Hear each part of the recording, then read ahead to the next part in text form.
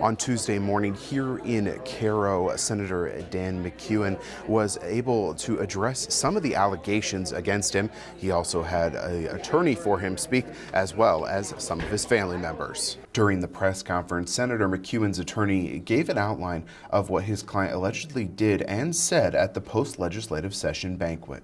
The staffer volunteered, apparently, that she was going to Vegas, and Senator McKeon, knowing one bad pun and thinking that Hawaii would be a much favorable location for somebody if they were celebrating their anniversary or a romantic getaway, made a bad joke about how he hoped that she and her husband could enjoy a Hawaiian lei or enjoy a lei in Hawaii. After that joke, McKeon and his representatives both allege he patted the staffer on the back and walked away. Since the incident happened, the Amherst senator has faced backlash from Governor Jim Pillen asking him to step down, but McKeon says he's not been able to tell his side of the story to Pillen. No, because he's never asked. Again, I'm going to use an example about being a bad official. Okay?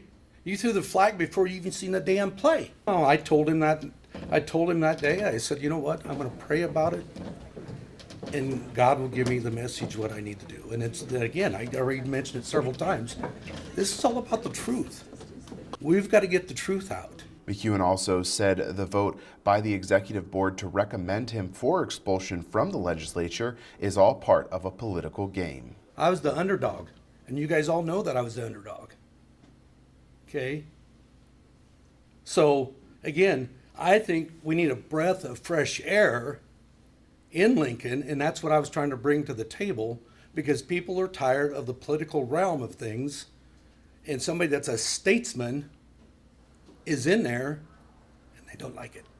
When asked, McKeon refused to answer who the they that he's referring to are. As he went on with his comments, he says his mission is clear should the expulsion vote fail. They don't get the 33 votes. I stay and represent my district.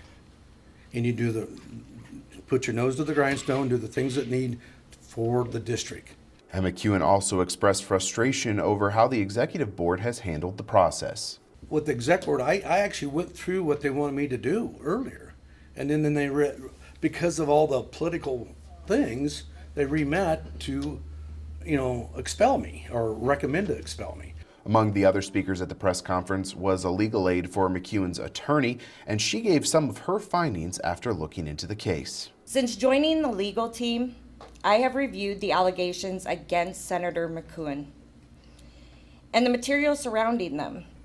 What I found was not a pattern of predatory behavior. McKeon's wife echoed that same thought. He has worked closely with men, women, children, and adolescents in every one of these organizations and activities for over 4 decades.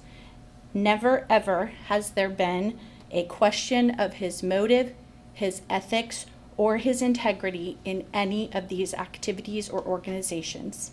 McKeon thinks he has at least 16 senators who will vote to keep him, but he says that is up to them. The executive board's decision is only a recommendation. The legislature will now need to act on the recommendation when it comes back into session on January 7th. I was also able to ask Senator McKeon that if the expulsion vote does go through, what his next steps would be, and he says he has considered running for the 3rd Congressional District. Reporting in Cairo, I'm Casey Mitz for Local 4 News.